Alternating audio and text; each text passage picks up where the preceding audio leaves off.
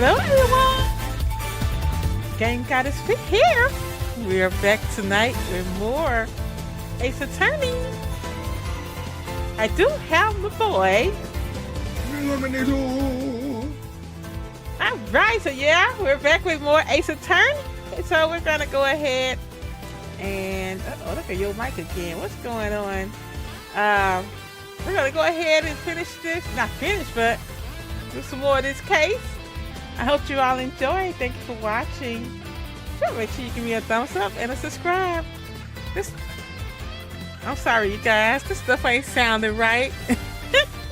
It's like my mic is low, and I haven't done anything.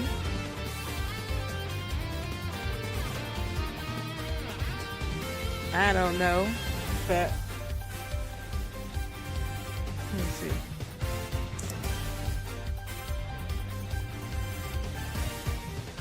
It's just still sounding a little low.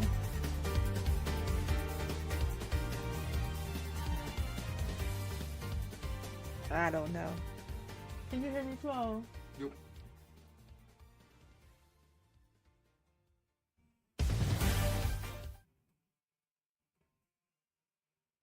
All right, so we have Ace Attorney.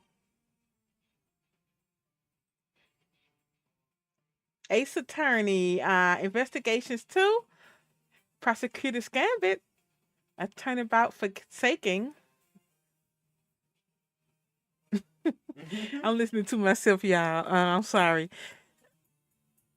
A Turnabout Forsaken, Committee for Prosecutorial Excellence. I almost did it again, Plum.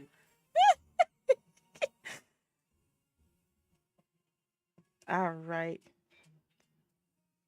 1 second, you guys. I don't know if it's just my equipment or...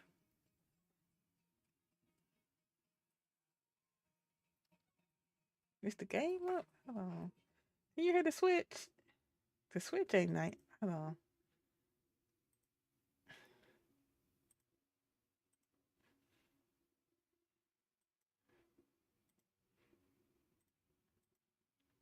I restarted earlier.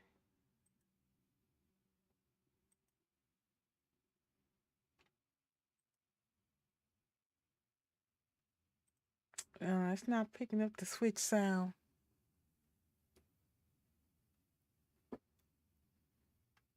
Oh, hold on. The switch not playing no music, is it?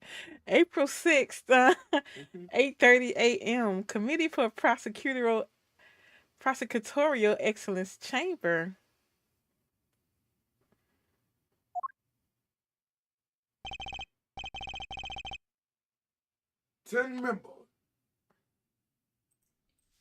Ten members. Over a majority are present. I hereby call this hearing to order.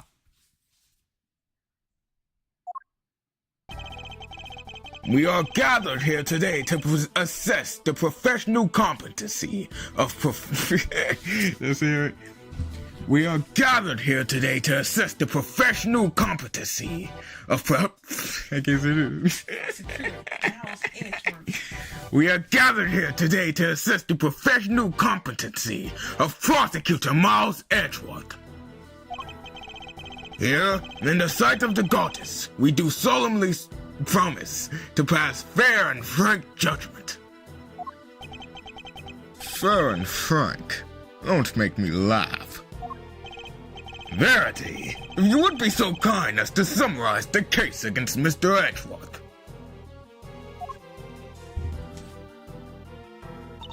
On April 5th, despite having been advised of the... I can't see that. Illegality. I knew. I just couldn't get it out. Okay. On April 5th, despite having been advised of an illegality of an investigation he was conducting, I'm like, it's not... Anyway. Let me go out. The accused refused to desist and eventually had to be obtained by myself and Chairman Winner.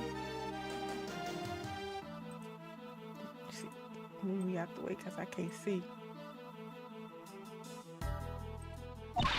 His actions compromised the investigation into the murder of a certain defense attorney, and despite having been presented with copious evidence of her guilt, he continues to insist that the suspect, one K. Faraday, the innocent of all charges. Perhaps you could explain the details of the murder to us as well. Of course, on the morning of the 5th, the body of the victim was found here in the committee chamber. Further explanation will be provided by... Me, Eustace Winner, Premier Prosecutor. The floor is yours, Mr. Winner. The murder itself happened late on the night of the 4th. The victim was Miss Rosie Ringer. That same night, an illicit auction was being held here in this very room. Ringer took part in that auction, I think. Yeah. Meaning that the murder took place sometime during the auction. When she was found, Ringer was dressed in an outfit that matched the description of the auctioneers. However, due to the fact that the auction carried on after the murder had occurred, I deduced that Ringer was not, in fact, the auctioneer. You deduced nothing of the sort. And what about the basis on which the suspect was detained, Mr. Winner? Yeah, I got this. So Faraday was overcome by... Oops.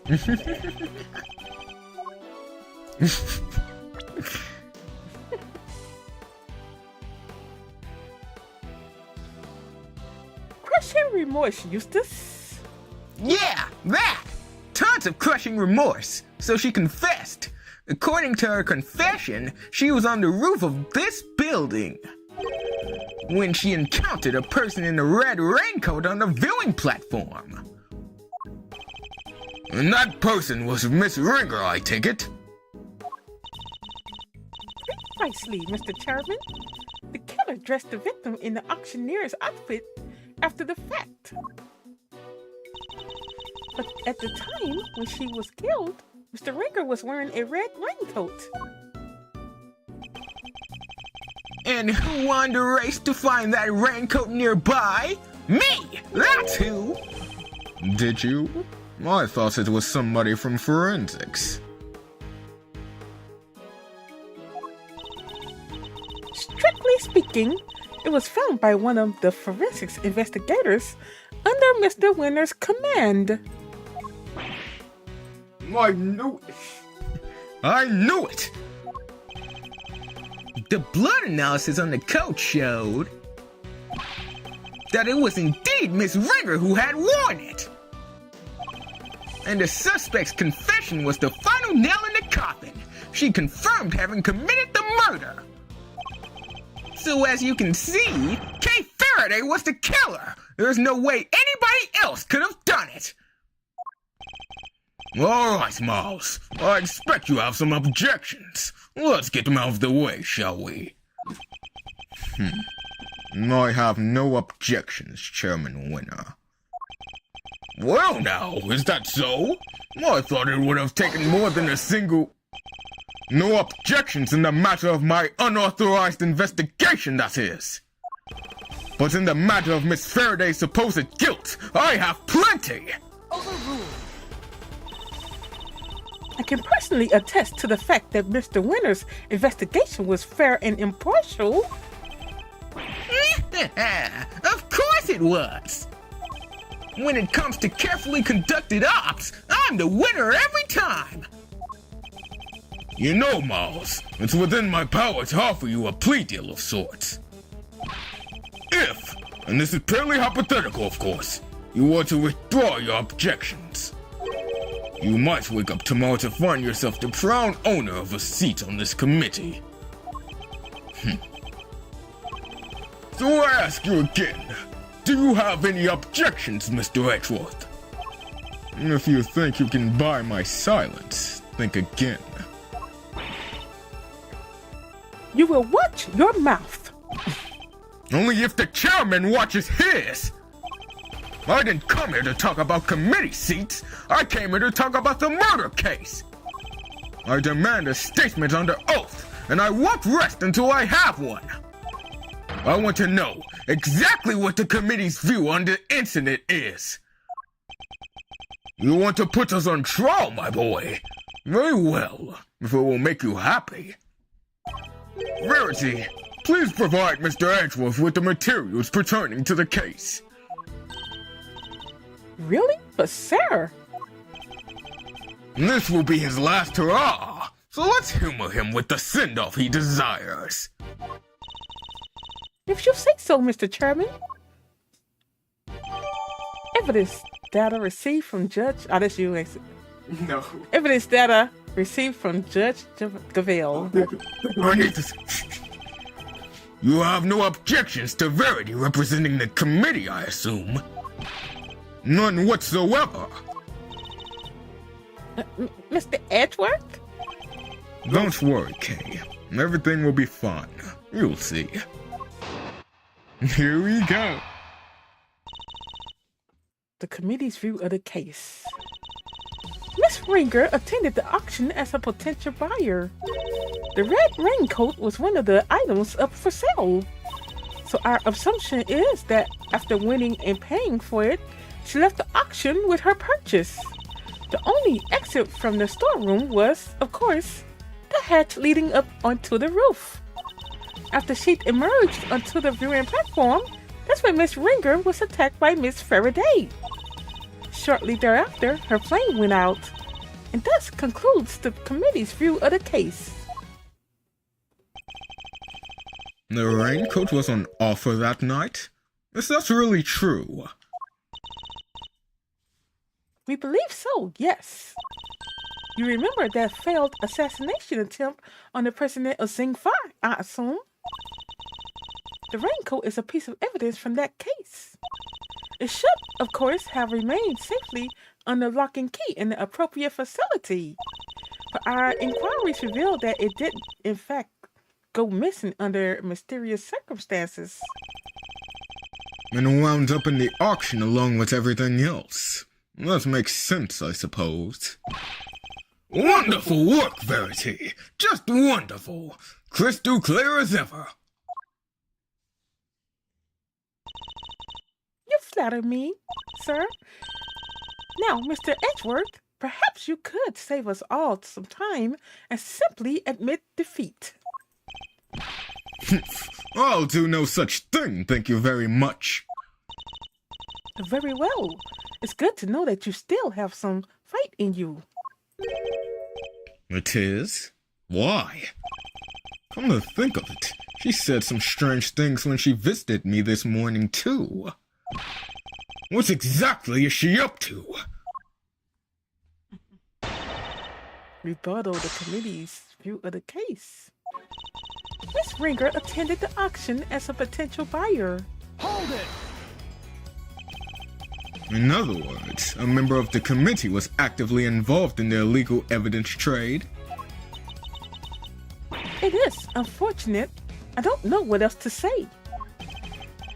And of course, we'll be looking into any such activities just as soon as this hearing is over and done with. I commend your decision to pursue the matter further, Mr. Chairman. No, don't be silly, Verity. That's the least we can do, really. Not that it's any of your business, Miles. Not anymore. If only you had remained a prosecutor. But you didn't. Now, if we're quite done making an old mind cry over this whole sad affair. Very well. Allow me to continue. The red raincoat was one of the items up for sale. Hold it! So the raincoat really was one of the auction lots. That's correct. I believe it originally belonged to a Mr. Shelley the Killer. Considering its status as a piece of evidence, it's the only logical conclusion. from when he made his attempt on the president's life. There was an unexplained mannequin standing amongst the other items on sale. It could well have been used to display the coat prior to the auction. Do we know how the items were being smuggled in? That is still under investigation, and it's entirely unrelated to the matter at hand. Especially considering that you will soon officially be a prosecutor no longer, Mr. Edgeworth. It sounds like the outcome of this hearing is a foregone conclusion. No surprises there. My personal circumstances aren't important right now. Please continue, Your Honor. As I was saying, the raincoat was one of the items up for sale. So our assumption is that after winning and paying for it, she left the auction with her purchase. Hold it! Why did she leave so soon after making her purchase? Because of the auction house rules. Winning bidders are expected to pay for their items immediately. Miss Hart told us pretty much the same thing. Miss Ringer, having paid for the raincoat, probably left immediately after in accordance with the rules. The only exit from the storeroom was, of course, the hatch leading up onto the roof. Hold it! Miss Ringer was a member of the committee. Could she not have left the committee chamber via the main door? While the auction was still underway, that would risk exposing its existence to those outside the trusted circle of attendees. Given that Miss Hart found out about it, I think its existence is already well and exposed. The rules of the auction stated that the attendees were to enter and leave via the hatch in the roof. Miss Ringer had no reason not to follow those rules. And given where the murder took place, we know that she must have done so. After she emerged onto the viewing platform, that's when Miss Ringer was attacked by Miss Faraday. Hold it! But why? What possible motives could Kay have had? That is exactly what we are hoping to establish in our upcoming interviews with Miss Faraday. Coercive interrogation after the fact, something you seem to specialize in. If the murderer knew that the attendees would all be leaving via the hatch, then the roof would have been the perfect place to lie in wait. So as I was saying, after she'd emerged onto the viewing platform, that's when Miss Ringer was attacked. Shortly thereafter, her flame went out, and thus concludes the committee's view of the case. Hold it! Her flame went out. The flame of her life, Mr. Edgeworth. Though perhaps her flame was stolen from her is more apparent. What? Why they, is that apt? Objection! But the candelabrum that extinguished her life was one of the auction lot. Meaning Kay had no way of getting a hold of it to begin with. Overruled. Miss Faraday could not have lain in wait for the victim without knowing of the storeroom's existence. She could easily have snuck down the ladder and stolen it while the auction was underway. If only we knew where the candle holder was during the auction. That would surely clear the matter up, no? Well, either of you?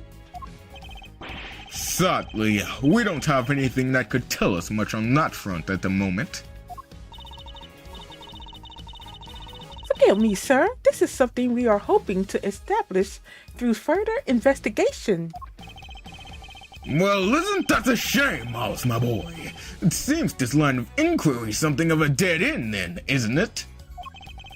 So the theory is that the victim and her killer met on the roof, and that's where the murder took place. In other words, it assumes the viewing platform was the scene of the crime. But is that really the case? I thought I had evidence that clearly shows the story of what happened that night. Time to double check. Cause they took my stuff away. I need to look back. I forgot it. Was she on the roof? I mean, in that little elevator thing? When they took down into the committee chamber? You gotta find like a piece of evidence that shows that it didn't happen on the roof. And you gotta find a statement.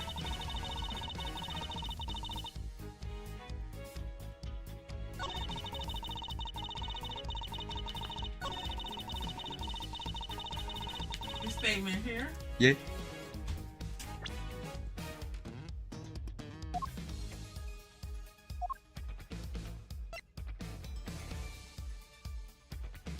Right here, the elevator blood? Nope. That ain't it? Mm-mm.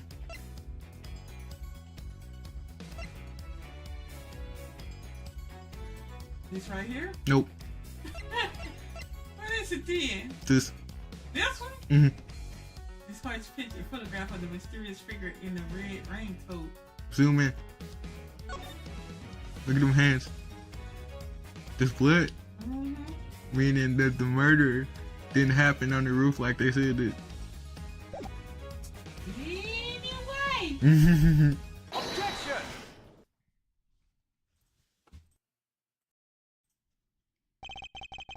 Maybe you can clear something up for me, Judge Cavell. But what is Miss Hart doing here at this hearing?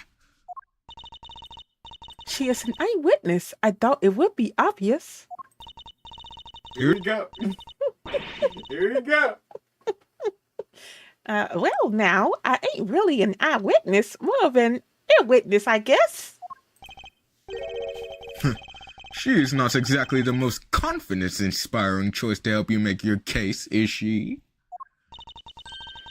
I like to think I choose my allies a little more carefully than you, Mr. Edgeworth. Then you should question them more thoroughly, because there's something she hasn't told you. Take a look at this. It's a photo taken by Miss Hart. Yes, in fact, in the storeroom, correct? What of it? According to your theory, the murder occurred up on the roof. But according to Miss Hart's testimony, she happened to witness the entire incident unfold in the storeroom. Just before she took this picture. Wait!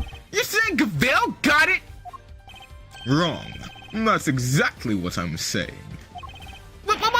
What? Whoa, why did he just appear?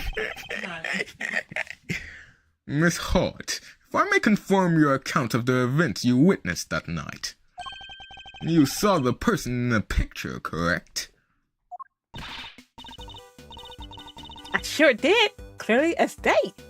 And with my own two eyes to boot. And what were your impressions at that point? My impressions? This right here is the scoop of the century. Something like that. Yeah, that makes sense. I was hoping more for your impressions of the person in question. Oh, there's a walking meal ticket.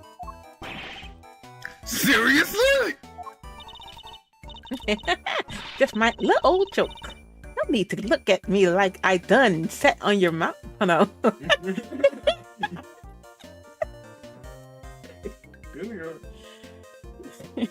Just my little joke. No need to look at me like I done sat on your lunch. Oh, red raincoat, right? Why, I took one look and I thought that's our perp right there. And therein lies the rub. For Miss Hart to have... Ooh?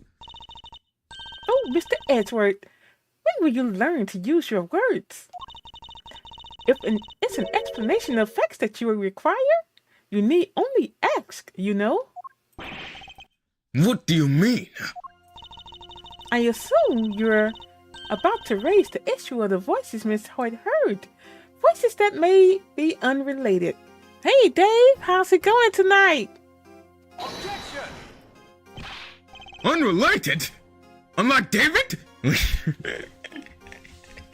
Unrelated? You can do better than that! Was one of the voices Miss Hart Was one of the voices Miss Hart heard really even with what I'm missing? Was one of the voices Miss Hart heard really even Miss Ringers? You're kidding me, right? Them folks was talking crime-related turkey, or my name ain't Lotta Hart. Oh, but did you hear them clearly? Really? Oh yeah, they got the I think y'all off Saturday. So you getting all the hours you can. I heard that, Dave. Plus, well, y'all don't get the holiday pay. Or do y'all? Look, I know at my old job, we used to rack up on that double time and a half. Well, can't rightly say for sure, but God, I can't rightly say nothing, and you know it. They was using voice changers. I done told y'all that. Precisely, Miss Hart heard voices, but those voices were disguised. Which means we cannot even be certain that whatever she did over here had anything to do with the murder. Objection!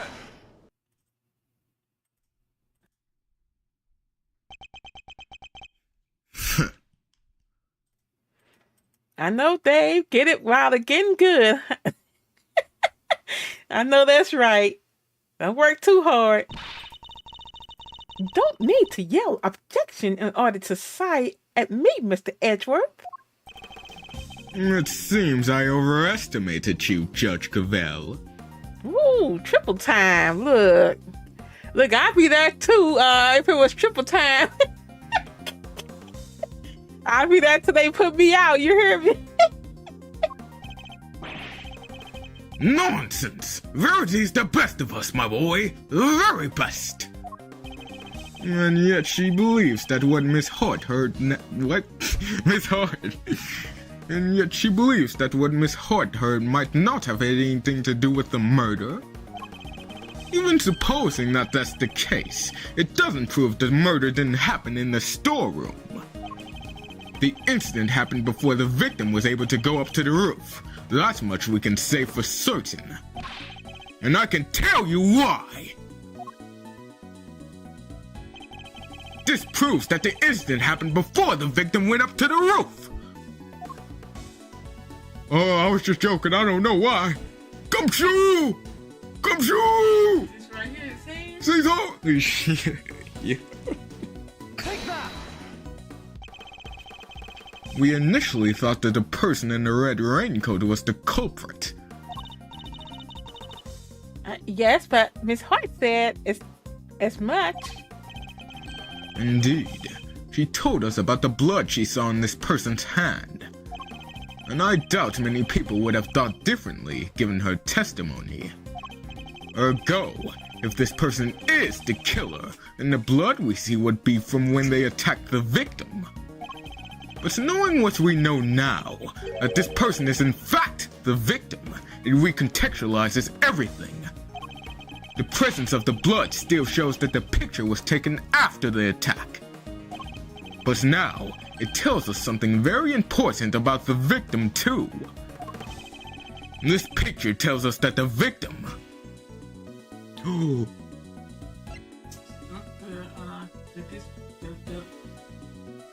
The victim was the ringleader? No. Or, She managed to get a cut under his cheek that we can see if he removes his mask, Lucia. did she strike the killer? She survived the attack and she's still walking. What you mean? She's still walking right here, right? If you get stabbed in the heart. That's the victim there? Yes, that's the victim. There's no doubt in my mind that the victim was attacked in the storeroom. But here we have photographic evidence of her standing upright and alive, albeit with a bloody hand. This can only mean that Miss Ringer survived the attack. The blood on her hand is from the wound she had sustained. What are you talking about? Who dies from a hand wound? The wound wasn't on her hand, Mr. Winner. I imagine she had used her hand to try and staunch her wound. That's right. While it's impossible to tell from this angle, the victim was already mortally wounded here. Whoa ho ho! Well, that certainly would change things, wouldn't it? It very much would. Not least by making it absurd to suggest that Kay was the attacker. Her encounter with the victim happened after this picture had been taken. After the victim had already been attacked and was in critical condition. I put it to you that all Kay witnessed was the victim finally succumbing to her wounds. That would have been quite the coincidence. It's a textbook case of wrong place, wrong time, I'd say. You seem to be forgetting a rather important fact, Mr. Edgeworth. Well, that, or pretending to not remember it. What? What fact am I forgetting? Well, I think it's time to wrap things up. Don't you, Verity? Put the boy out of his misery. Dad! Gazelle works for me! Why do you keep giving her orders? That's my job! You really are a total and utter embarrassment! I'm not! I hate to break it to you, but you both are. Go to it, Cavell! Put Edgeworth out of, Out of his misery. As you wish.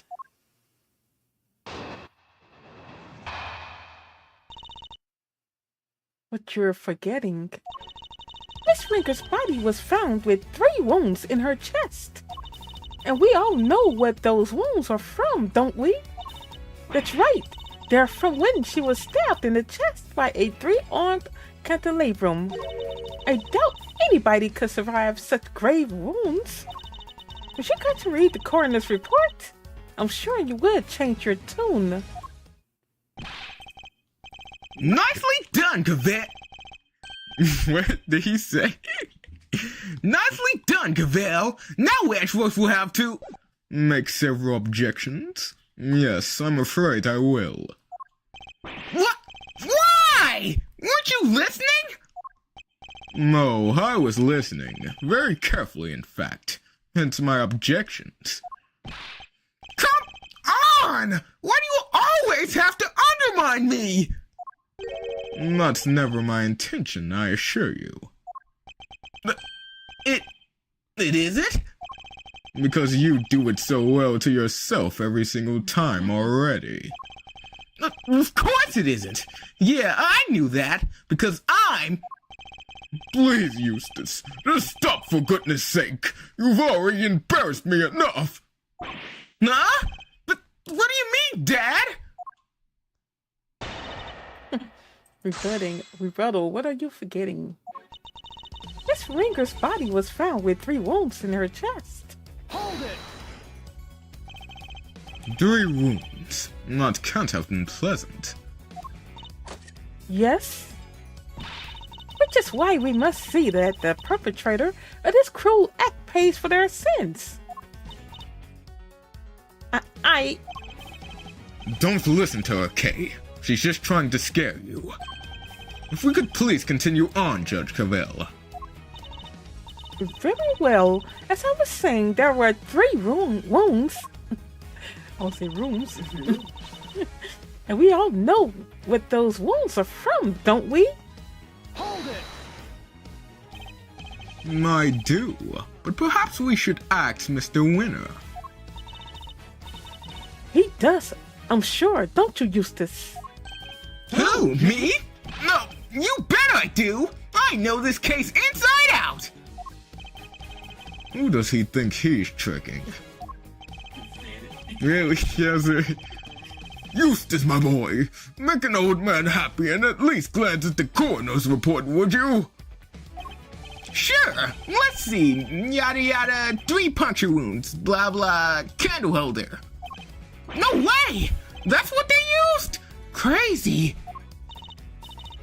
Precisely. The wounds were inflicted just as Eustace says. You didn't know. That's right. They're from when she was stabbed in the chest by a 3-armed candelabrum. Hold it! And you're sure the stabs to the chest were the cause of death? There's no doubt about that. None. One of the spikes of the candelabrum even pierced the victim's heart. And unless you mean to call Dr. Hertz's professional opinion into question, we can only treat that as fact. The coroner's opinion backing up my own winning ones. Now that's what I call a flawless victory. Well, I'm certainly not about to ignore the coroner's findings. Hey! What about my findings? You can't just ignore them! But if the cause of death really was the puncture wounds to the chest from the candelabrum, that would seem to contradict one of the pieces of evidence we've gathered. He's not just ignoring my findings! He's ignoring me! Do something, Gavel! As you wish. At the very least, I will ensure that he cannot ignore my own conclusions. I doubt anybody could survive such grave wounds. Hold it! But the victim may not necessarily have died instantly. I think we can say that much at least. Perhaps, but she would surely not have lived for longer than a few moments either. So, there are people who could survive even if they stabbed them in the chest? Sure, there might be, and there might not be too. So which is it? Trust me, there are not. And in case you're still tempted to believe there might be, if you care to read the coroner's report, I'm sure you would change your tune. Hold it! Cause of death is the set of 3 puncture wounds on the left side of the chest, inflicted by a candle holder. Well done for reading, Mr. Edgeworth. That report forms the basis of my own conclusions. In other words, if I disprove what it says, In other words, if I disprove what it says, I disprove your conclusions too. You have the strangest sense of humor, but I wouldn't mind seeing you try. However, before you do, I would advise you to read that report very carefully.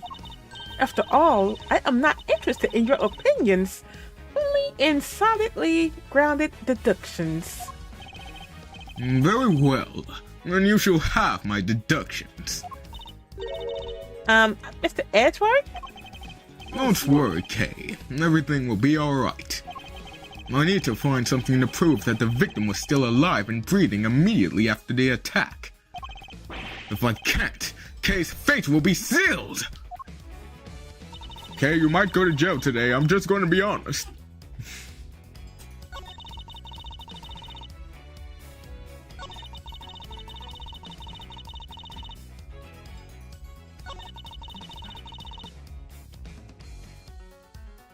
What do we have? Not this one. Ain't this one? Nope. Not this one either. This one. It was his badge. No. Actually, yeah, I think you might be on some.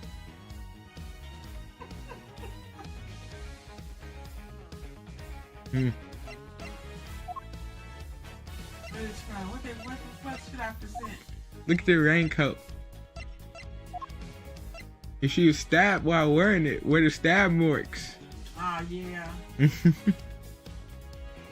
even, get it up close either, but I'll present it. Objection!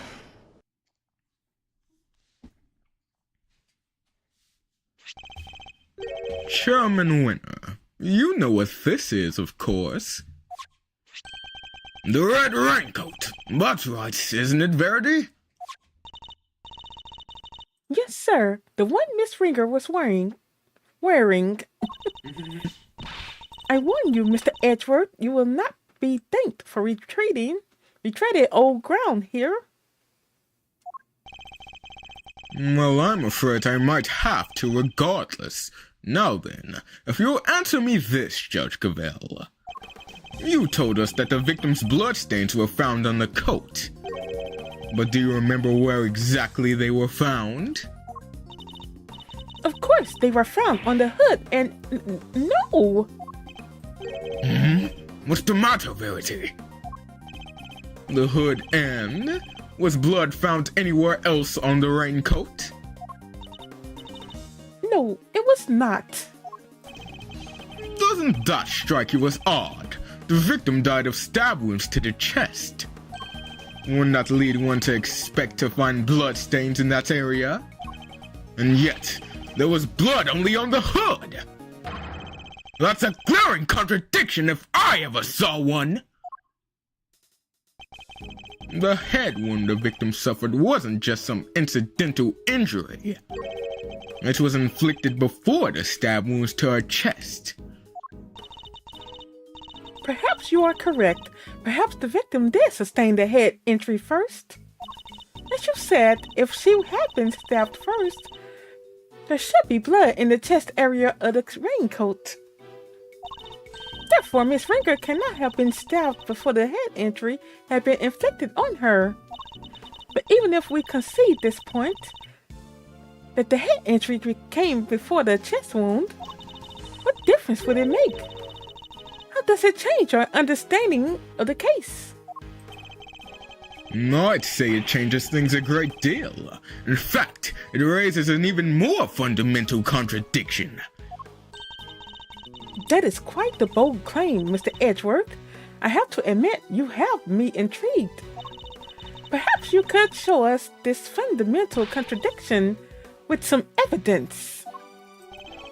Which piece of evidence best demonstrates the contradiction the order of the injuries revealed? I don't know. I'm talking to myself. Oh, I need my meds, Cavell. Anyway, I think. Wait, check coordinate support. Yeah, I think that's it.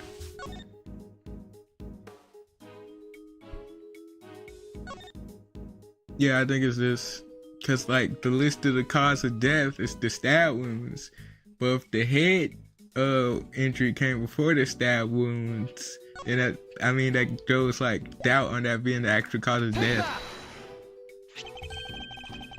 This is Dr. Hurt's preliminary findings, according to which the victim suffered a head injury post-mortem.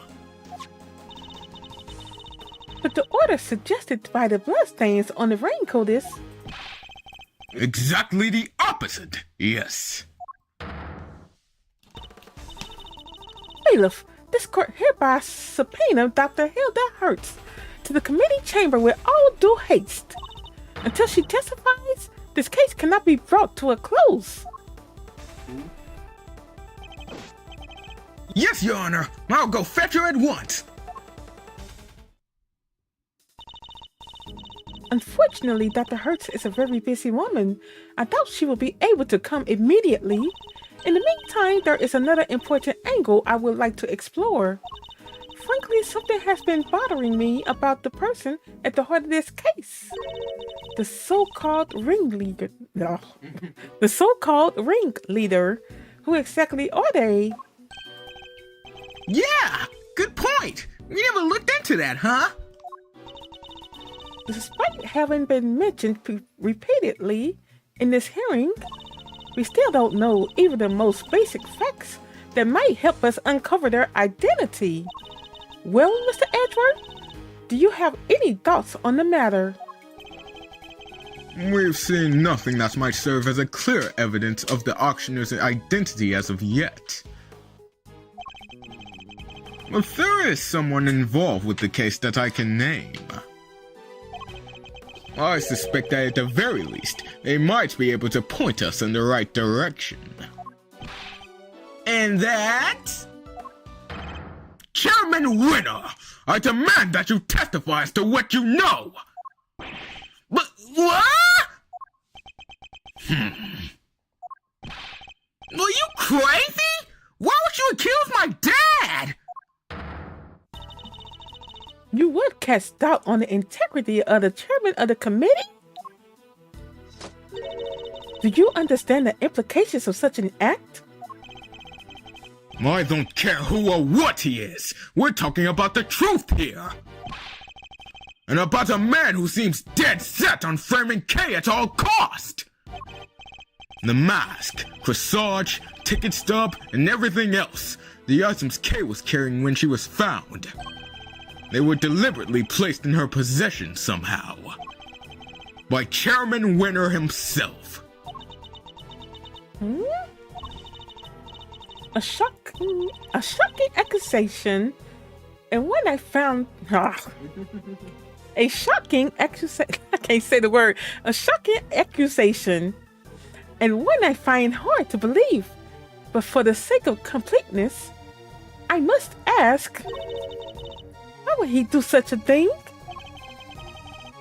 To cast suspicion on Kay, of course. Why else? I even managed to get him to say something to that effect.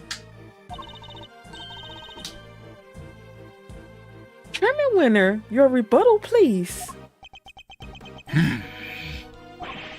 I think the good chairman might be in shock. So what if I did? Did you hear me, dear boy? I said, so what if I did? You say you got me to admit as much, but where's your proof, With no witnesses to speak of, your word alone is hardly enough to make an accusation like that stick. Or do you mean to tell us that you have something more to base your outburst on? He still has the arrogance he showed back at the detention center, and yet... Mr. Edgeworth, I am going to have to ask you to explain yourself. If that's all right, Mr. Chairman. Not at all. I'll be very interested to hear this for myself. I'm intrigued to learn where Miles might have gotten the idea that I'm some sort of criminal. Because you'll never find a more fine and upstanding citizen than myself. He has a lot of nerve, acting all innocent like that. Very well, let's start at the very beginning. The fact that the auction took place right here in this hollowed trial chamber is a point of suspicion. A location that should, by rights, only be accessible to members of the committee. Yeah, they all have key cards to the room after all. Furthermore, these auctions seems to be held on a somewhat regular basis. And for that to be possible, there can only be one winning explanation. That's right, Mr. Winner. That the auctioneer is a member of the committee. No! What on earth is wrong now? What do I do, Dad? I played right into his hands! Oh, you did indeed, you utter nitwit. But Miles, my boy, you do realize that you've cast quite the wide net with your explanation. That's true. There are 11 members of the committee altogether. 10, given Miss Ringer's unfortunate passing. 10 potential suspects in total. Well, something isn't me. The criminal? It can't be a chairman, can it? Whoever it is, speak up, right now! Calm down, all of you, please. Well, Miles, is that all the proof you've got against me? You're very quiet all of a sudden. But it's too late to back out now. You accused a former chief prosecutor and current committee chairman of a crime. I would tell you to prepare for the worst. But there's no preparing for what you're about to face. No. Know your place. You've been forcing us to argue over every little detail for a while now. Whether murder happened, the order of the victim's injuries, some other things I can hardly even remember. But you needn't have bothered, my boy, because it's all irrelevant in the end. Think about it. The suspect herself has already said she did it. That's all that matters at the end of the day, and her sentence will be lighter for it, so rejoice! And there you have it. Feel free to pick holes in it as you see fit. Oh, can I? Well, that was barely a testimony to begin with. That man, he's a very powerful person, isn't he? It's okay, Mr. Edgeworth. Please, just let it go. I did it. I'm the murderer. I even remember doing it. You saw a flash of something half-remembered, Kay. Nothing more. If you must believe in something.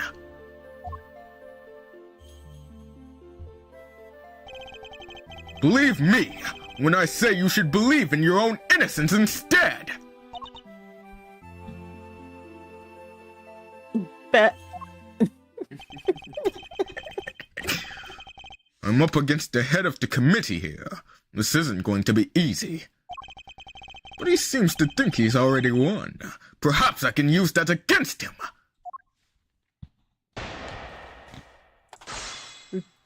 rebuttal, know your place. You've been forcing us to argue over every little detail for a while now. Hold it! Even if the broad strokes are correct, it doesn't make something true. Whoa, don't be such a stick in the mud. I'd say the bigger picture is more than enough here. After all, every case has its little inconsistencies and contradictions. If we let ourselves get bogged down in every single one, we'd never make any arrest. And once we did, the trials will drag on forever. Even you understand that, right? Not in the slightest. Hence my inquiry into the details. Oh, to be so young and pig-headed. Anyway, you keep digging into these little details. When the murder happened, the order of the victim's injuries, some other things I hardly even remember. Hold it! I seem to recall the ringleader's identity and the faulty coroner's report being critical points of contention. Yes, I was listening, my boy. But critical is a matter of opinion. How can you possibly suggest that such fundamental issues are not important? Perhaps it is your ability to make sound judgments that should be on trial here today. Oh, bravo, my young hothead. Wonderfully cut-looking stuff. You do like to try, though, don't you? But you needn't have bothered, my boy, because it's all irrelevant in the end. Hold it! There's no way any of what we've discussed today is irrelevant, not unless you intend to bury the truth. But none of it is relevant, dear boy.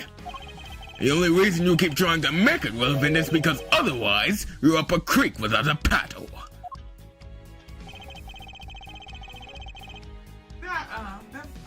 Yeah.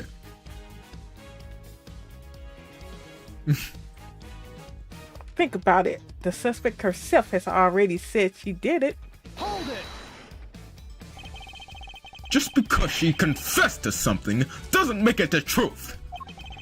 Kay is suffering from amnesia, so any statement she makes should be taken with at least a grain of salt. Objection. Even so, it doesn't exactly solve anything for us, does it, dear boy? It would be nonsensical to dismiss her confession outright. I'll tell you what, why don't we ask her one last time? Well, I'm sure she'll say just she did it again. Wait. Well, I'm sure she'll just say she did it again. Fine, let's do it. Let's ask her again. We'll see if she really believes herself to be the culprit. Huh? You mean me? Is this really what you want, Mr. Edgeworth? If it goes badly, it could significantly weaken your position. I know, but there's no other way. I only request that I be the one to question her. You really know how to tug at an old man's heartstrings, you know. But fine, ask away, on one condition. If this turns out to be a waste of time, that's it.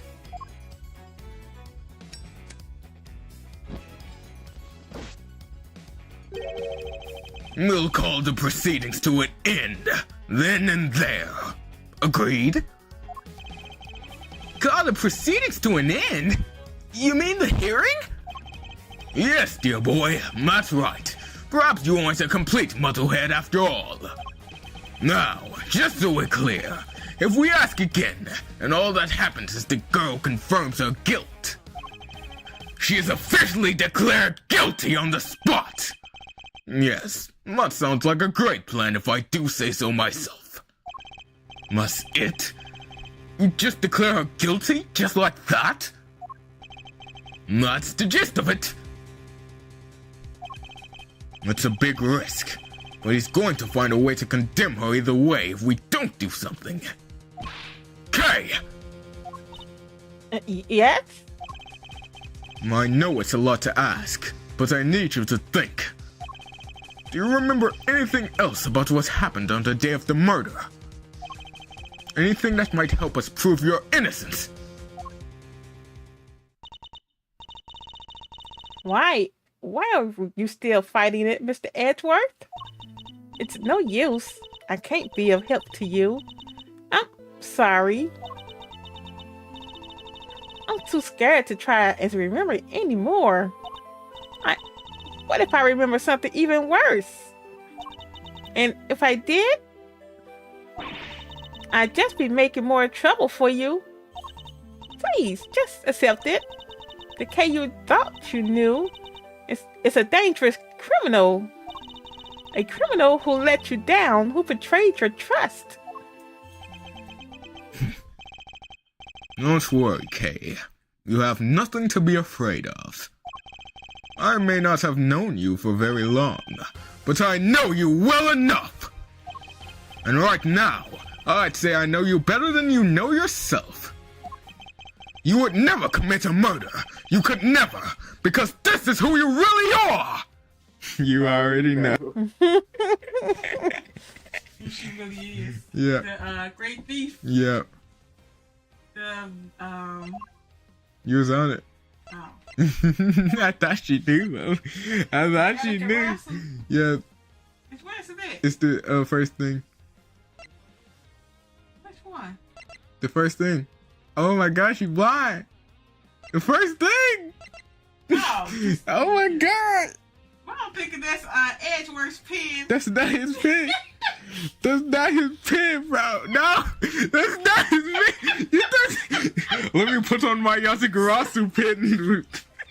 I think that was his badge. No. No. Wait, this isn't my badge. What's this? Take that! You're the great thief Yatagarasu! A noble outlaw who would never stoop so low as to kill! Huh?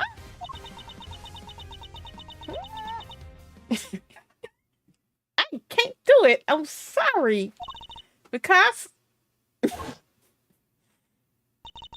Because all I can see is the one memory that's returned. I have to face it. Hold it! No! The only evidence of your guilt is the confession they forced out of you! As I said earlier, you have to believe that you're better than that!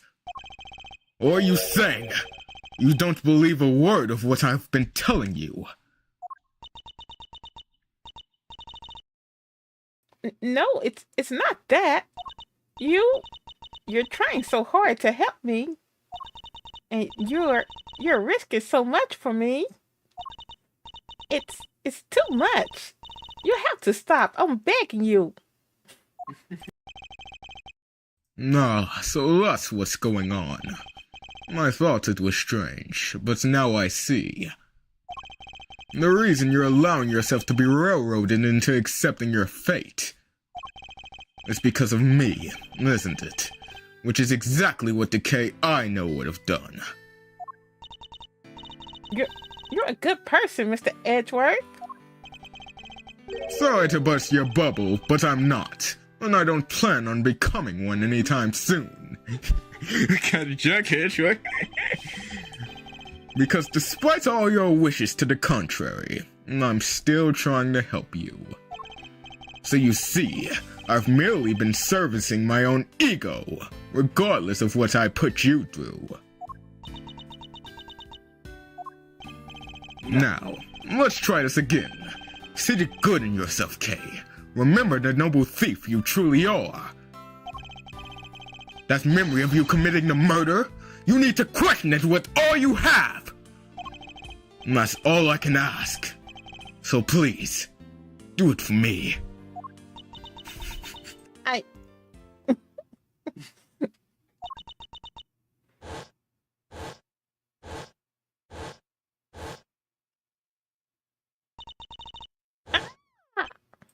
Kay!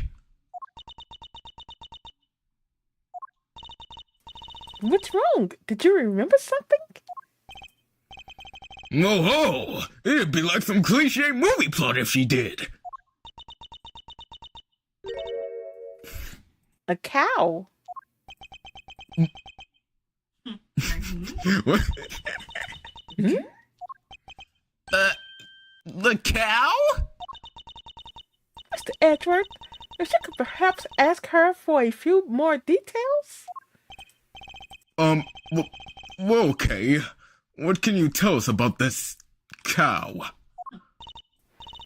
I remember now. The person in the red raincoat, she had it in her hand. A stuffed cow. I can see it so clearly now. Oh, Are you sure, Miss Faraday? Are you absolutely certain? Yes, I am sure. Then this court acknowledges the defendant's latest statements as new testimony. Objection! Have you lost your mind, Verity? We can't accept testimony like this. With all due respect, Mr. Chairman, information pertaining to the victim and her possessions is New and highly relevant evidence. Objection! Need I remind you of the adult state of her memory? No, this simply won't do. Adlet? Adult?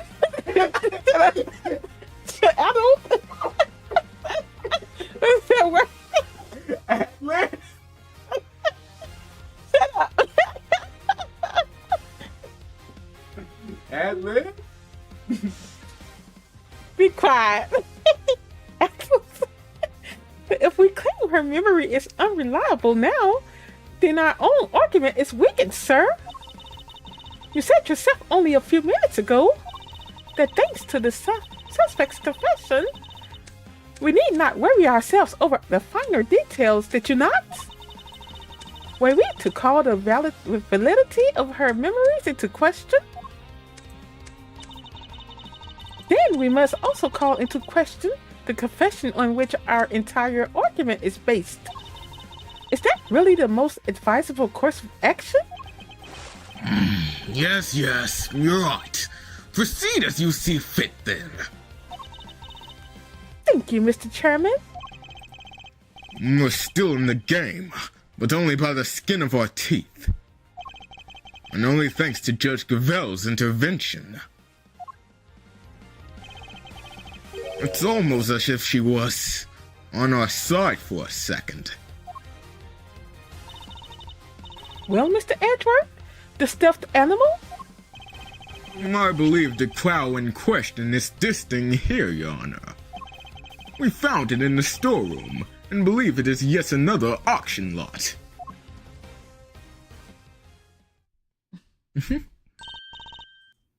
Wait, that's... Do you know something, Gavel? No, it's just not what I imagined. I suppose it is a rather odd thing for the victim to have been carrying. I should look it over carefully. This thing kinda ugly. Why would anyone buy this? Ooh, we got mohawk. Ooh. Cool.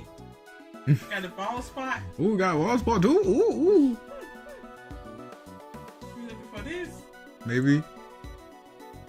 I can't even get this thing right. Oh my goodness. Skill issue. I think. It's this Okay. joystick.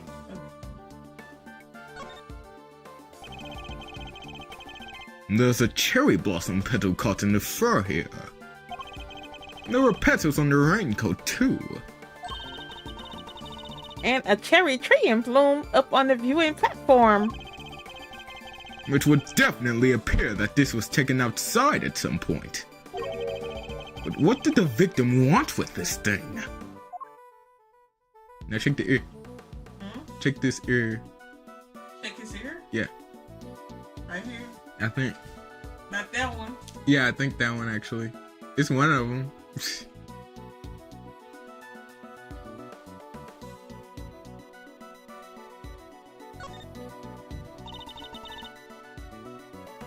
The left horn is missing.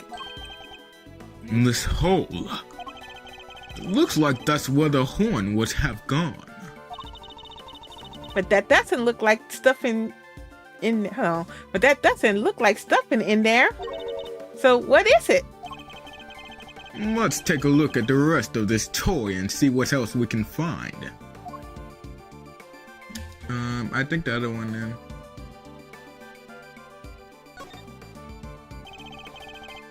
The right horn seems intact, but I can't say it's doing much for the overall symmetry of this stuffed toy. Look, Mr. Edward, it moves. It does? It sounds like sand being crushed. It would seem there's a recording device hidden inside.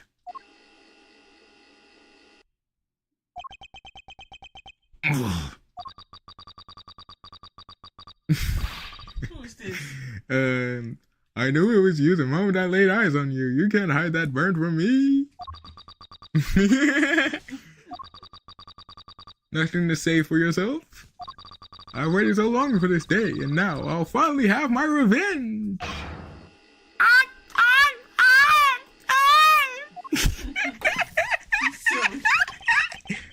Could this be the moment of the murder? And someone made a recording of it? Broken plushie data updated in my organizer. A broken plushie fitted with a recording device that captured part of the conversation. One of the people recorded had a permanent burn. Hey, that's them right there. That's the voice I heard. The voices I heard. Sure as egg is eggs. Overruled. Unfortunately, we have no way of verifying when these voices were recorded. It's possible they have nothing to do with the murder. If only there were some accompanying video footage. You got bugs in your ears or something, lady? I told ya, them the voices I heard. And we already know the victims were holding that thing, right? So it's gotta be from when she got. Yes, it is possible. It is a possibility, but a weak one without more than your word to back it up. We need something more, something credible. We need? Yet again, she seems to be stepping in help. Judge Gazelle, I think we all know the voices are from the moments of the murder. Consider for a moment the words we heard one of the speakers say. I knew it was you the moment I laid eyes on you. You can't hide that burn from me. I believe we have something that could explain what these words are referring to, and how it's all related. Which piece of evidence proves that the voices are from when the murder occurred? Gee willikers, I don't know. Oh, Batman! So, something about a burn mark, right? What would mention that? I can't remember anything about something burnt. Her hand was burnt, the victim's. Oh, who was Yep.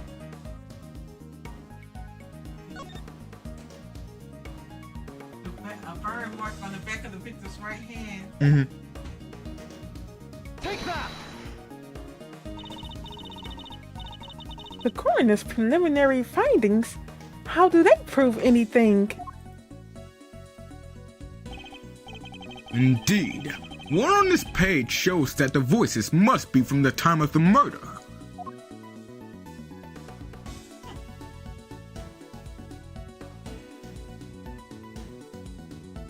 Take that!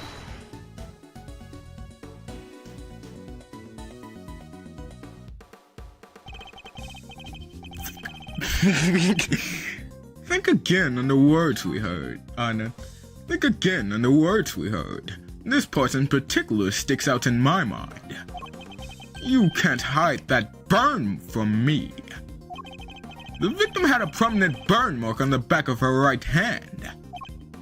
And what of it? According to Kay's testimony, the victim was carrying the stuffed cow toy.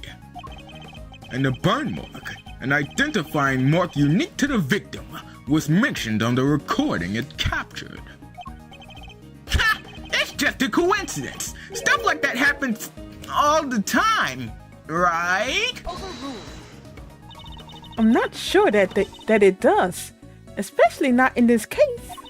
The court accepts that the recordings may be from the time of the murder. In which case, one of the two voices must belong to the real culprit. And based on the content of the conversation, it seems likely that it's the one we hear the most. But that still doesn't tell us anything about the killer's true identity, or even if they're male or female. Due to the voice changes, correct. Unfortunate, but unavoidable.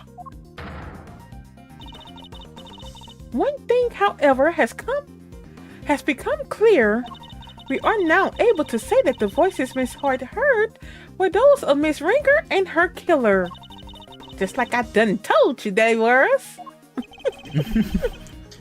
We can say something else now, too. Then let's hear it. That is, if you don't mind, Mr. Chairman.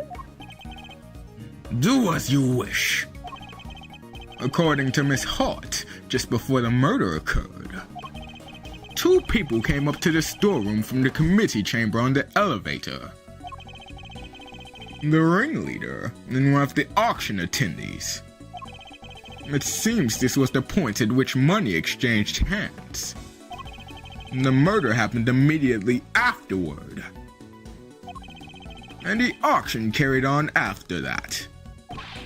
All of which points to one key fact. What else does this latest revelation tell us? Miss Ringer was the killer. She killed us. Wait, hold up. The ringleader was the victim? Yo, even though the auction continued, no, don't pick that moment, don't pick that. The ringleader was the killer. Hold on. Anyway, I'll let them explain it. Well, I know they were saying that she was the ringleader, right? The victim. Okay, that was the original assumption, Oh, but the anyway. auction still continued on after she died, so that points beginning. Since the ringleader was the auction's Since the ringleader was the auction's sole auctioneer, then it follows that they cannot be the victim. Hey, Gazelle! Not right now, Eustace. That's a good boy. And if they weren't the victim, then they could only have been the killer! Overruled. A compelling argument, but hardly conclusive.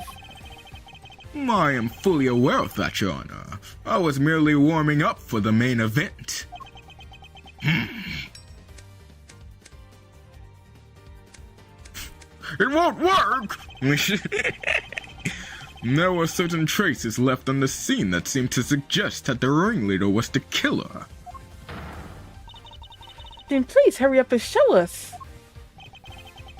What is something that was placed on the scene that points to the ringleader having been the killer? Hello, Gang Queen. Gang Queen, what's up? What's up, Gang Queen? Gang How Queen! you doing, Gang Queen? 81, Gang Queen, really what's do. up? Really do. What's up, Gang Queen? Okay, what is something that was placed on the scene that points to the ringleader as having been the killer? Blood. Nope.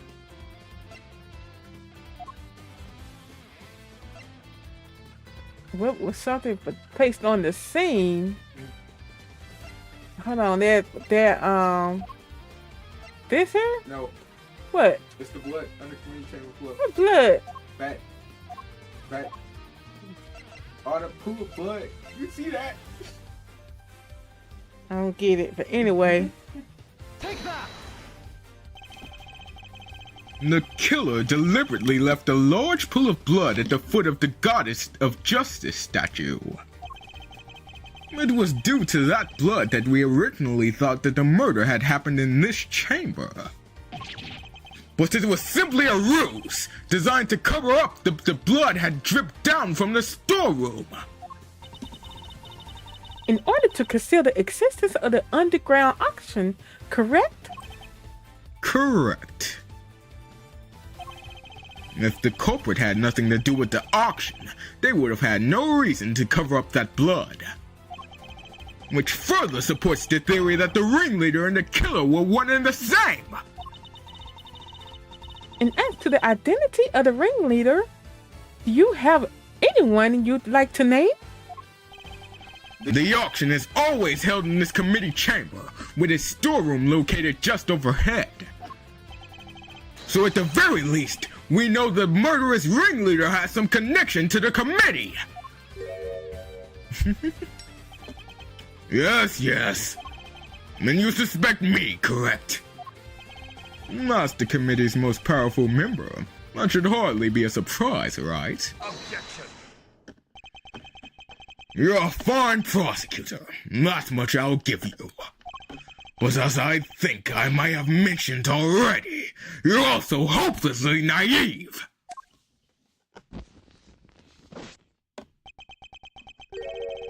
You've got nothing, dear boy, have you? No evidence whatsoever. Unless you've got something to share after all. Ugh. Do I have any evidence to show that Chairman Winner is the murderer? Nope. Yeah, no. Nah. It was Chairman Winner himself who brought up the fact that I suspected him. And he seemed confident right from the get-go that he's untouchable. Which means he knows! He knows I have nothing! No ho ho! Well, Mouse, my boy, time to pay the piper! I've always wanted to say that. Verity, he's all yours.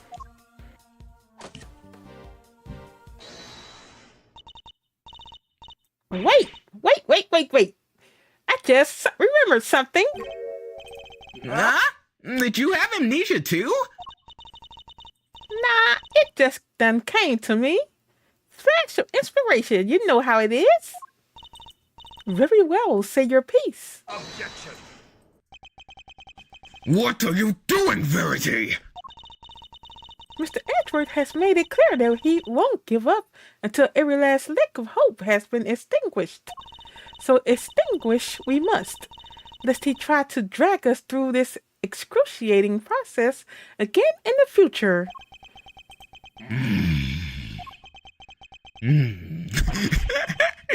Yeah, what she said. I don't quite get it, but it sounded pretty cool. Don't worry, Dad. I'll help Gavel bring this to a winning finish. We'll show them how wrong they are. Fine. Let's hear what the witness has to say. You heard the charming Miss Hort? If she would be so kind. Well, all right then. Here goes nothing. The facts, Miss Hart. And nothing but the facts, please. Don't you worry your pretty little head on that front. I'm a journalist. Truth, my middle name. Color me officially worried. So the ringleader's the killer, right? Which makes the victims one of them auctioneer goers. Thing is, that don't add up. I counted 11 people coming down that hatch, see? Then the murder happened. And then the auction started back up again.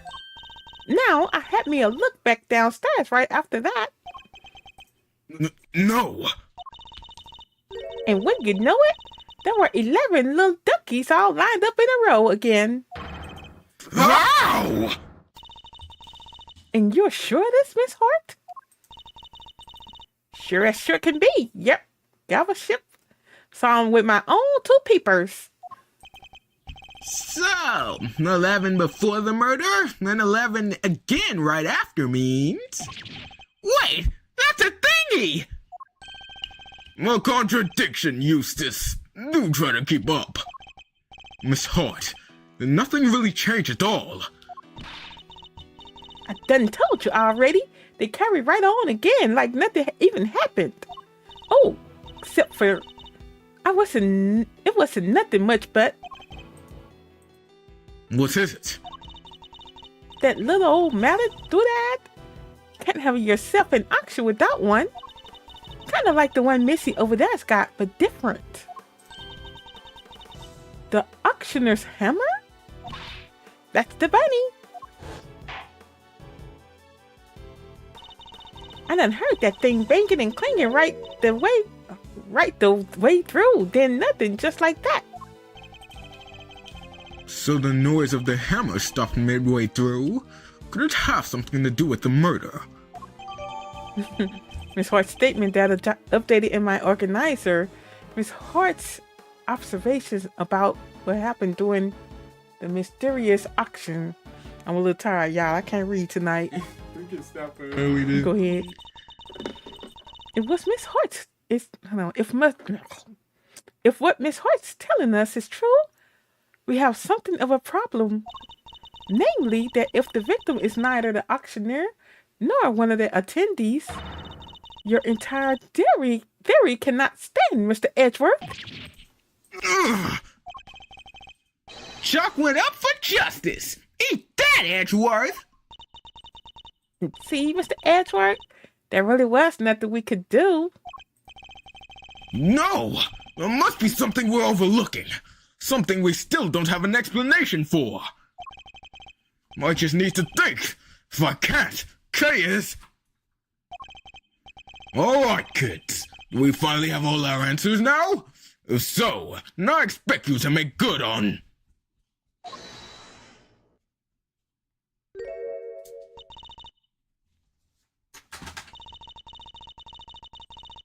One moment, sir. I worry that it might still be a little early to pass judgment. After all, we have one more matter yet to resolve. And until we do, we cannot claim complete and total victory over Mr. Edgeworth. Is that not so, Mr. Edgeworth? Frankly, I expected you to have raised your voice by now. Aloud, hold it, perhaps? No, yes, of course.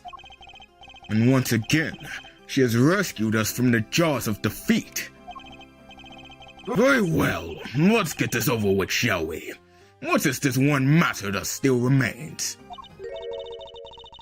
Why, the contradiction of the coroner's report, sir. Let's...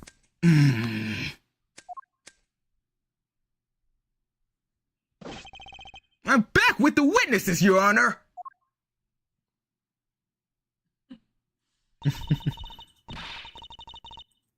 What's this all about? Why'd you call us back down here? Did something suddenly fall ill? Did somebody suddenly fall ill? I have to compress ready in 2 shakes of a... Ouch! This better be good. Did somebody else drop dead? Well, they might soon wish they had.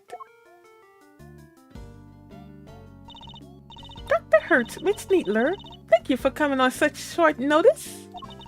Let me assure you, this won't take long. Quit trying to butter me up and cut to the chase, will ya? Of course, we summoned you here to confirm something.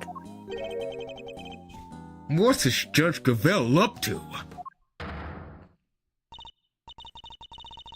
Dr. Hertz, this court asks you to provide the unabridged truth regarding the following.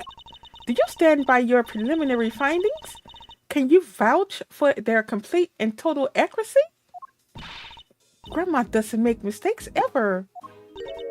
That's strange. What do you mean? In the course of this trial, an error was indeed found in her report. And so I ask again for the truth, Dr. Hertz. Did you alter, tamper with, or any way falsify your findings? That's awful. How can you even say that? What are you asking me for? Why would I want to do that? To help the real culprit, of course. As if I know anything about all that. I just know I didn't do anything of the sort. Then that seems doubly strange. What other explanation could there be for the discrepancy in your report? Mr. Edgeworth? I wonder if you might have any thoughts on this matter. It's not like you to be coy, I must say. Why does she keep taking charge and helping me? I still don't know what she's trying to do, but I'll happily take what I can get. If everything was recorded accurately and then handed off to Mr. Winner according to protocol, then the report shouldn't contain any mistakes. Wait! For the record, I didn't do anything to the report! I guess we'll see, won't we? Dr. Hertz, perhaps we could begin with your side of the story. Why do we even need to? This is pointless. I'll be the judge of what's pointless, thank you very much. We have patients waiting back at the hospital. But Grandma, ouch! We really don't have time for this. Won't you please help us? I can't stress how important this is. Grandma says she'll testify, but could you please make it quick? If we're not back soon, people will suffer. And yet you had no qualms about taking your time and buying cotton candy the last time we saw you. We'll let you go as soon as we can, I promise. Assuming you tell us the truth, that is. Want me to tell you? Okay. The so-called mistake in the report. No way there's a mistake in Grandma's report. Never. I've been dealing with this dead longer than you've been alive, Sonny Jim. Me writing something wrong is about as likely as ouch. And what do you think I'd stand to gain by doctoring a foul, Don't make a lick of sense. And that's all she has to say. Nothing here.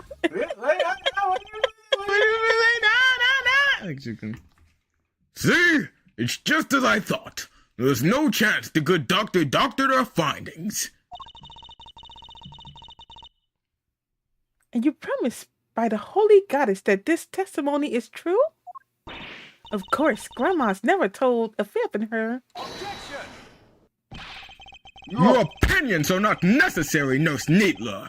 Your grandmother is the subject of this inquiry, not you. Not necessary? That's not fair. I'm the only ally poor Grandma has. Go ahead and shout objection left and right. But you best be prepared then, Mr. Ex-Prosecutor. No, I'm more than prepared. I'm ready to expose the truth behind the error in the report. Brother, the so-called mistake in the report.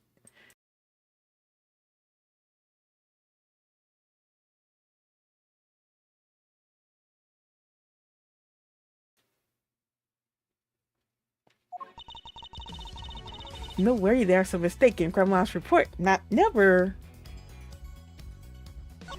I've been dealing with the dead longer than you've been alive, Sonny Jim. Me writing something wrong is about as likely as ouch. Hold it! The victim appears to have put this raincoat on after sustaining a head injury. And yet, there was not a single drop of her blood in the chest area of the raincoat. Therefore, she must have been hit in the head before she was stabbed in the chest, making it pre-mortem. Oh, oops, I had you on mute. Anyway. No, oh, that's ouch. I don't need you to teach me how to suck eggs, young man. My report already says what you just said, don't it? Your report states that the head injury appears to have been sustained post-mortem, which is the exact opposite of what I just said. Oh, sure. I diligently dictated that report to Florence here, and she wrote it all down just like I said it. If something happened to it after that, weren't nothing to do with me. You dictated it? You could please tell me more. I diligently dictated that report to Florence. Anything after that weren't nothing to do with me. Hold it! Just so we're on the same page, what were your conclusions regarding the body? Well, like I said, ouch.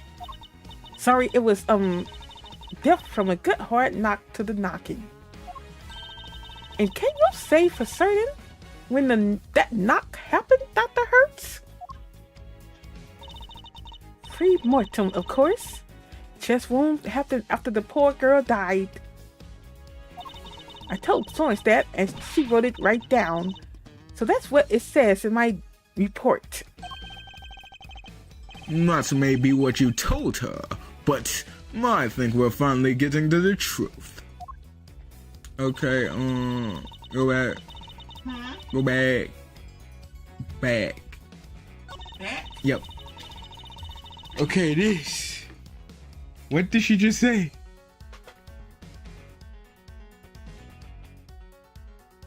Okay, not her, but like when you pressed her, she said the exact opposite. She told her what to write down. And when you pressed it, she said the exact opposite of what's on the coroner's report. Yeah. So yeah. So we gonna present her with evidence? Yeah.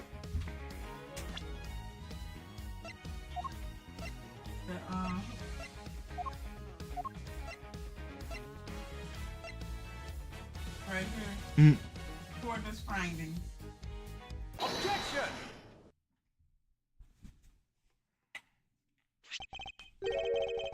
Dr. Hertz, I'd like you to take a look at this report for yourself.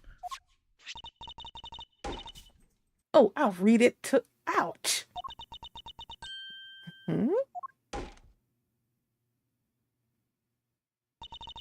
This ain't what I said. This ain't what I said at all. What? What do you mean exactly?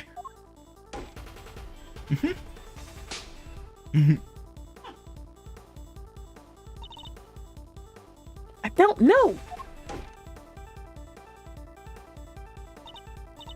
But I can't say that.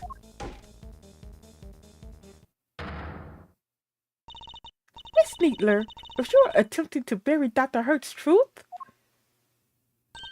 I will gladly hear her confession myself on behalf of the Goddess of Justice.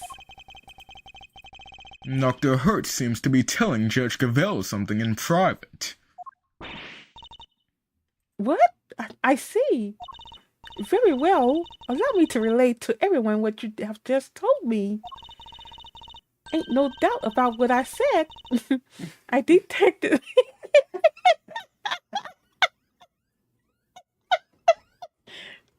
She said, I dictated my findings to Florence, just like I told you I did. The fuddle-headed young thing must have wrote it down wrong or something.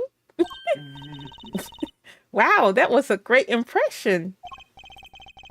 Yes, but was it really necessary? So in summary, there was an error in the report. And it was all because of you, Nurse Needler!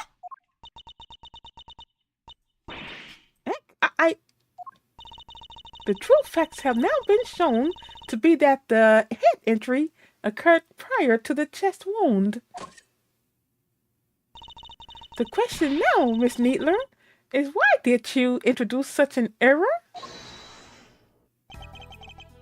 Just a minute, Verity. You make it sound as if this poor girl did it deliberately. Whereas it seems to me she just made a little mistake. Pre-mortem, post-mortem, are practically the same word, don't you think? Except they mean two completely opposite things. This was deliberate, no doubt about it.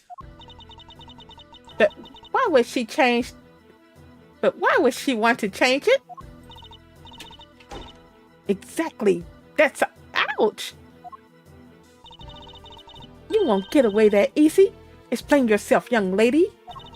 But Grandma, I... You submitted a falsified report, an act that led to Kay being accused of murder. You owe us an explanation! I can't tell you. Not don't want to, but can't. This is really rather unpleasant, don't you think? Ganging up on this poor, considerate girl who's only looking after her grandmother. She has nothing to do with anything. She simply made one tiny mistake. So why not leave it there? Objection! You'd like that, wouldn't you? Because the only person her testimony would hurt is you. What on earth do you mean, my boy? Seeing as you're now a de facto ex-prosecutor, you're going to need to explain yourself better than that. I'd be happy to. I'll even spell it out for you. Nurse Needler's role in this crime was very important because she's the real murderer! She did it! She's a co-conspirator. She's the victim, she's dead! Yeah, she goes with. Nurse Needler doctored the report in order to cover for her accomplice. Ouch! No, so she's a co-conspirator. This innocent young thing? You share your grounds for making such a wild accusation, dear boy. The murder couldn't have been committed by one person working on their own. Without at least two people, it wouldn't have been possible to. Maintain attending. How much can you lift? Tell me. No, it's maintain attendee numbers. If the auctioneer was the murderer and the victim was one of the attendees, the fact that a witness testified to there being 11 attendees even after the murder doesn't make sense. Hey, watch it.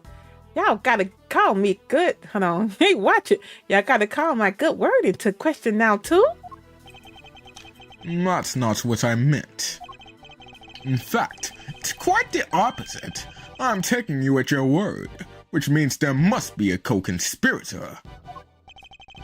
I know it's hard, my boy, but sometimes you just have to accept that you were wrong. I wasn't wrong. I just hadn't considered the possibility of the killer having an accomplice. But as soon as we do, things start to fall into place.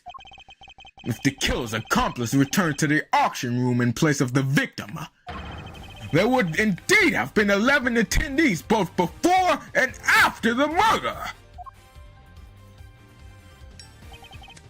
Well, so that's your thinking, is it? It's certainly an intriguing theory. But surely the imposter would have been spotted right away. I don't imagine that Nurse Needler looks strikingly different from the victim in build and stature. With the help of a mask, she could very easily have replaced Mr. Ringer without anybody noticing. Well, Nurse Needler, is that what happened? Did you take the victim's place at the auction? I wouldn't do something like that. Now tell us, the ringleader, who were they? I can't tell you, I just can't. It'll hurt Grandma, too. Ow! But Grandma, don't you worry about me. I can take it. You just tell me everything, child.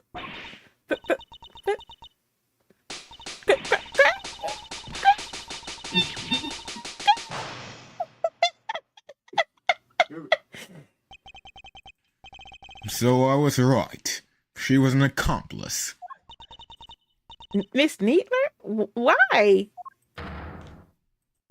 Well, Miss Needler, can you explain yourself? Yes, huh? Oh, thank you, Grandma. But I'm all right now. I confess it. I changed places with Miss Ringer. Sue admits that you were working with the ringleader. Yeah, I was helping them. I don't know how, but they found out Miss Ringer was going to attack them.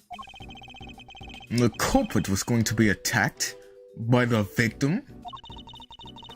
They seemed pretty sure it was going to happen that night, so they made a counter plan.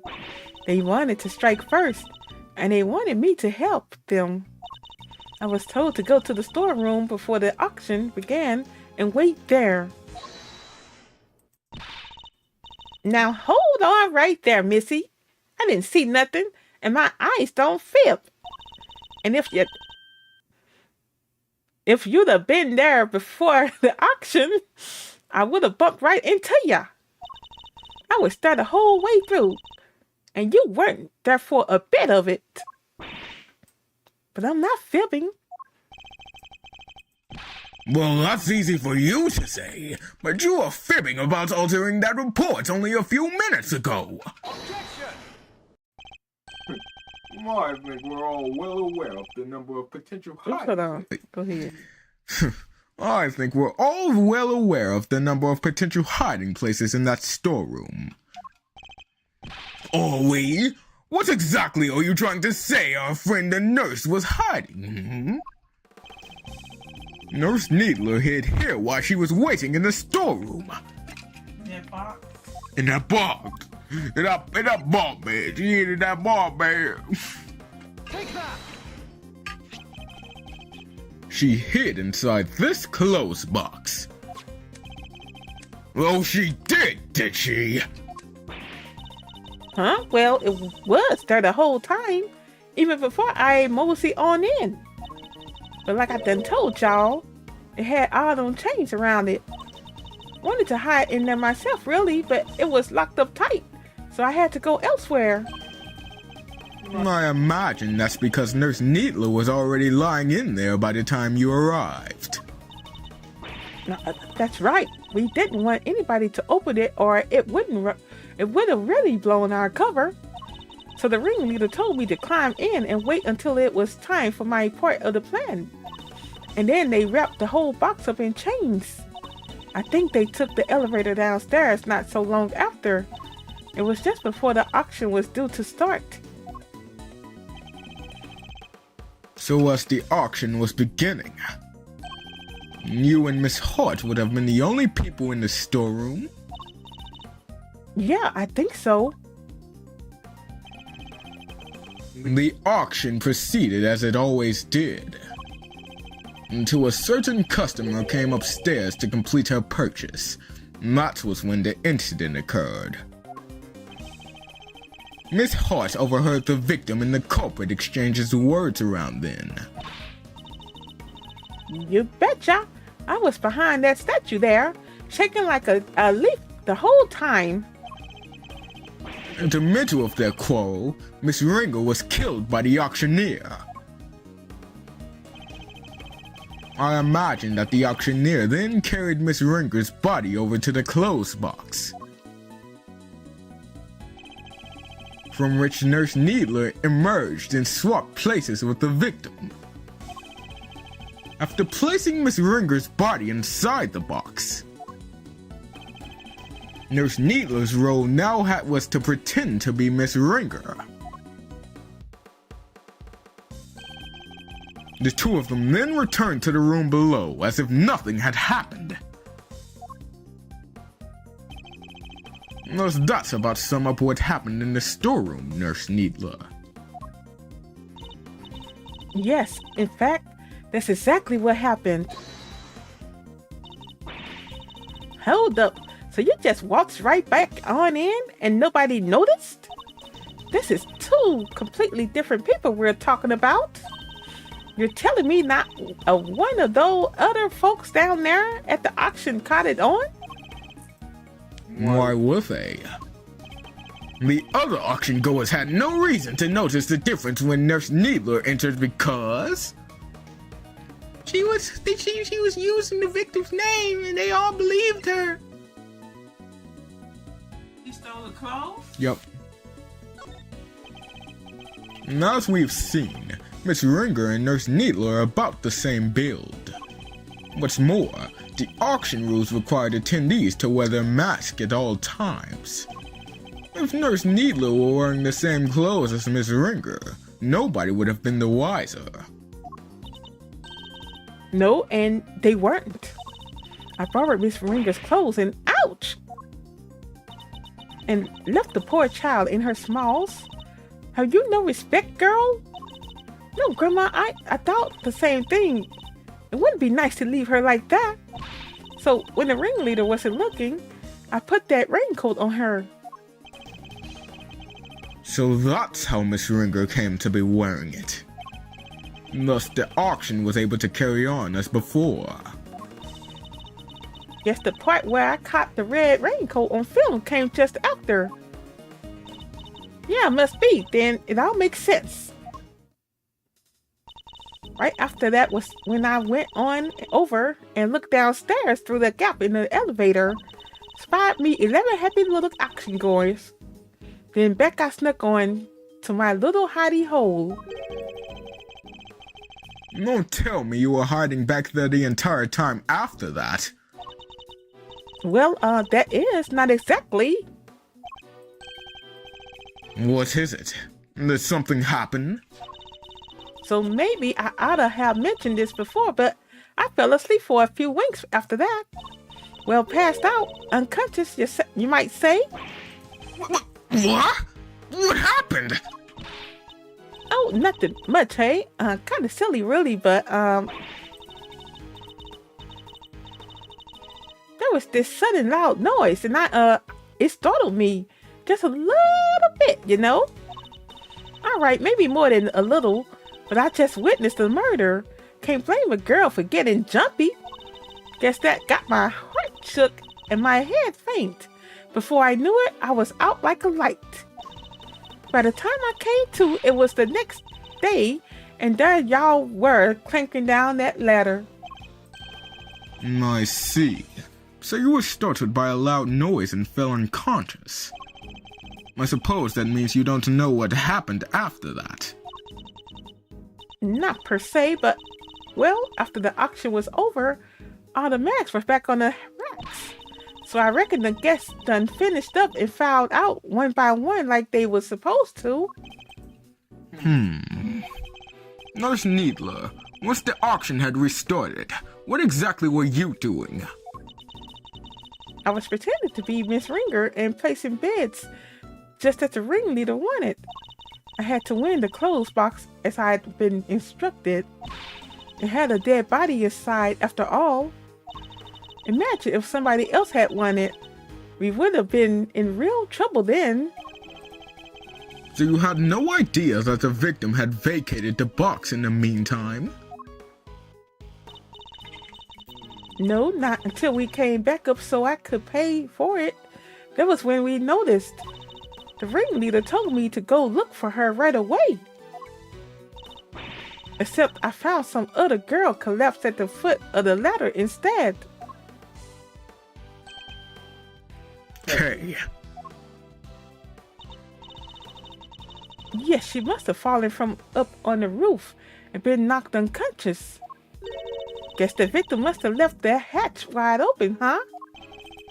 That would explain it.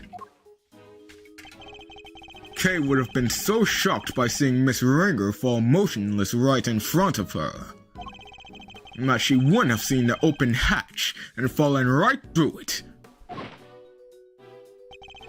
That explains the noise that caused you to faint as well, Miss Hart.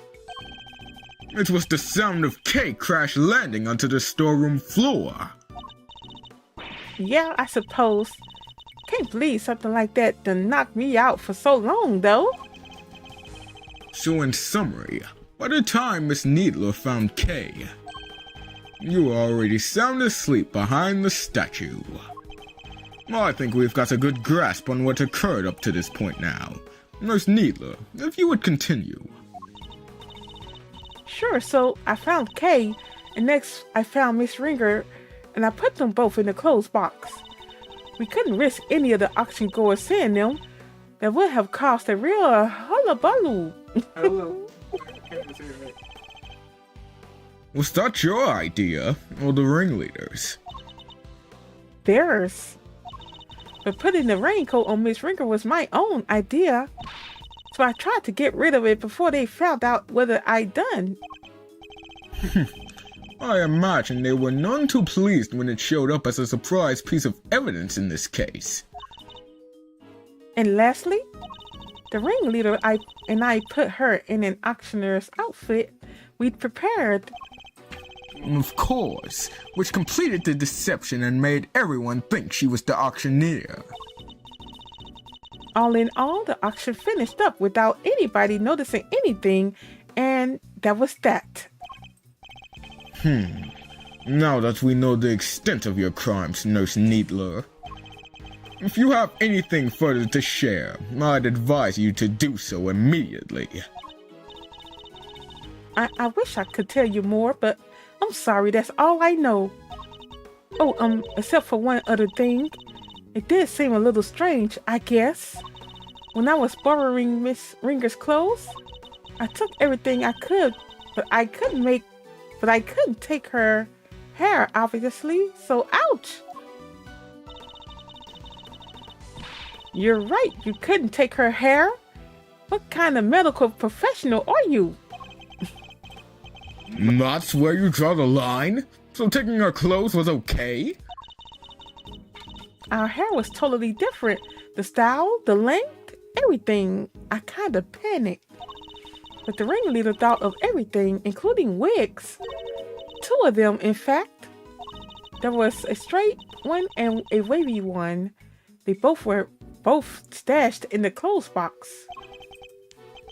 2 wigs? But why? Right, I wondered that too. I thought maybe they were worried she might have changed up her style.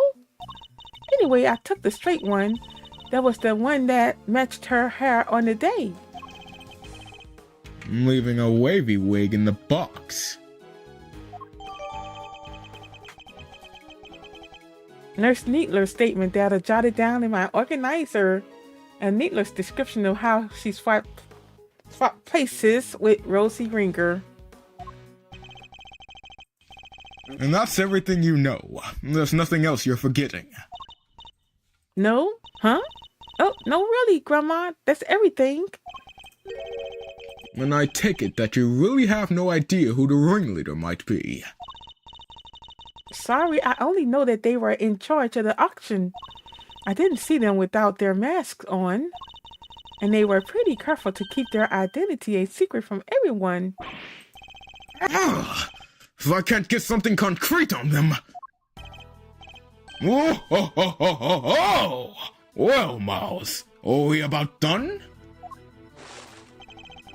You've proven the nurse was part of the murder plot, but sadly for you, it doesn't change a whole lot. Boys. Because it does prove nothing to... Because it does nothing to prove that Kay Faraday isn't the ringleader. And justice must prevail. We can't change the law, even for your sake. Mr. Zit, am I not going to be able to save Kay? Objection! Ooh.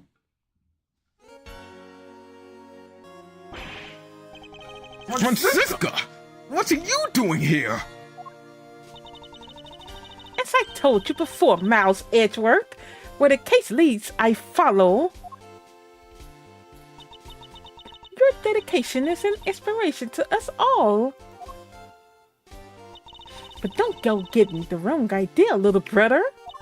I'm only here to deliver the truth regarding the suspect. I'm certainly not here to forgive you for abandoning the way of the prosecutor. I understand that. You should thank your former subordinate for what I'm about to share. In his desperation to help Kay Faraday, he gave me a valuable piece of information. Detective Gumshoe did that? Prepare yourself, Miles Edgeworth, for the final piece of the puzzle. Rosie Ringer's head wound was the first of the injuries she suffered, not the second.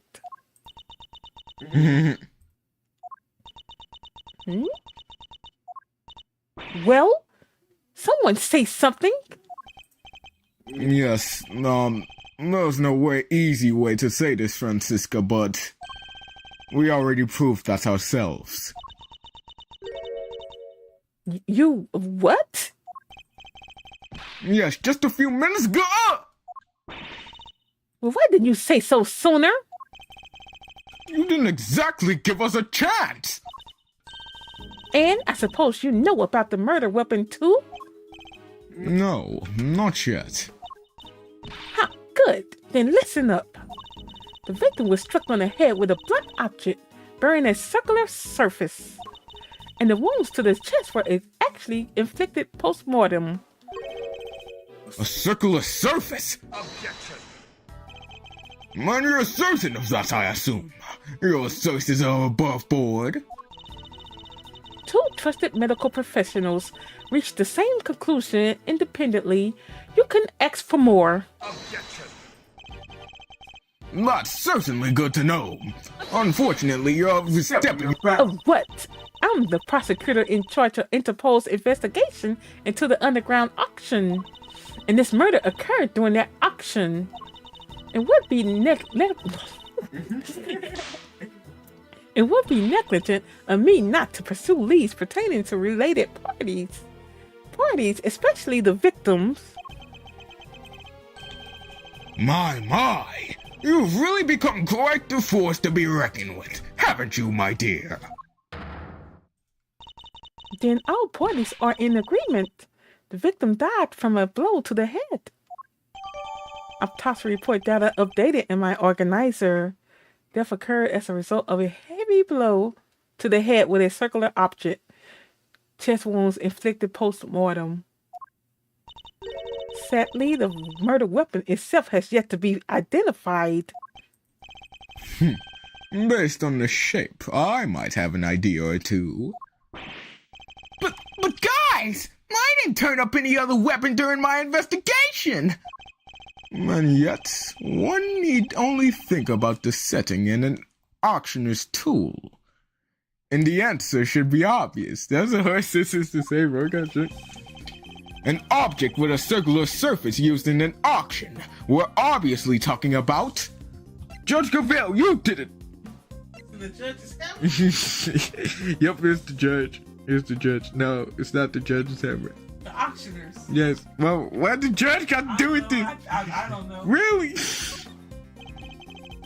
What would an auctioneer have readily at hand? An auctioneer's hammer, of course. But we never found one of those! If the auctioneer was indeed the killer, it does seem like a likely candidate for the murder weapon. But without the evidence to support your theory, it remains nothing more than that. Mo, I have just the evidence you need right here. This piece of evidence strongly suggests that the auctioneer's hammer was the murder weapon. Lotta. What Lotta say? Oh, yeah. Let's stay with that. Oh, that's the last thing, I think. Wait, no, not that one. Go back, actually, go back. That one. Take that! Miss Hartz told us something very important about the auction after the murder occurred. She said that the very prominent sound of the auctioneer's hammer could no longer be heard. Now, why would that be? I'll tell you why. Because it had just been used in a murder and was covered in the victim's blood. It would need to be disposed of. Isn't that right? Chairman Winner! I'll have our people look into this right away. Oh, ho, ho, ho, ho, ho, ho! You really are like a dog with a bone, aren't you, dear boy? What if you can't dedicate yourself to a cause when you're young? When can you? He seems very confident we'll never find it. Very well, a search for the murder weapon will be conducted. In the meantime, this court is in recess. Yeah, let's just stop. Yeah, I kind of want to do it. I kind of want to go on with dollar stuff. To be continued. To be continued. Okay. That was part of the previous one too. So we just stopped where we stopped. That was like 4 hours straight. Yeah, that's right. It's already 2 hours, so I think we'll end it there. Yeah. But yeah, I appreciate you all for watching. It's getting interesting. So yeah, how many more parts to this, Plum? What? Oh, that's the last one? Yeah. Oh no, we're gonna do that another day. But yeah, thank you all for tuning in tonight. This was a long one, but it's all good. All right, Dave, Game Queen 81, everyone else that's watching, thank you all for watching. And yeah, if you haven't subscribed to the channel yet, I'd appreciate you to go ahead and subscribe. Also, if you don't mind hitting that like button for me. And I will talk to you all on the next one. You all take care. Good night.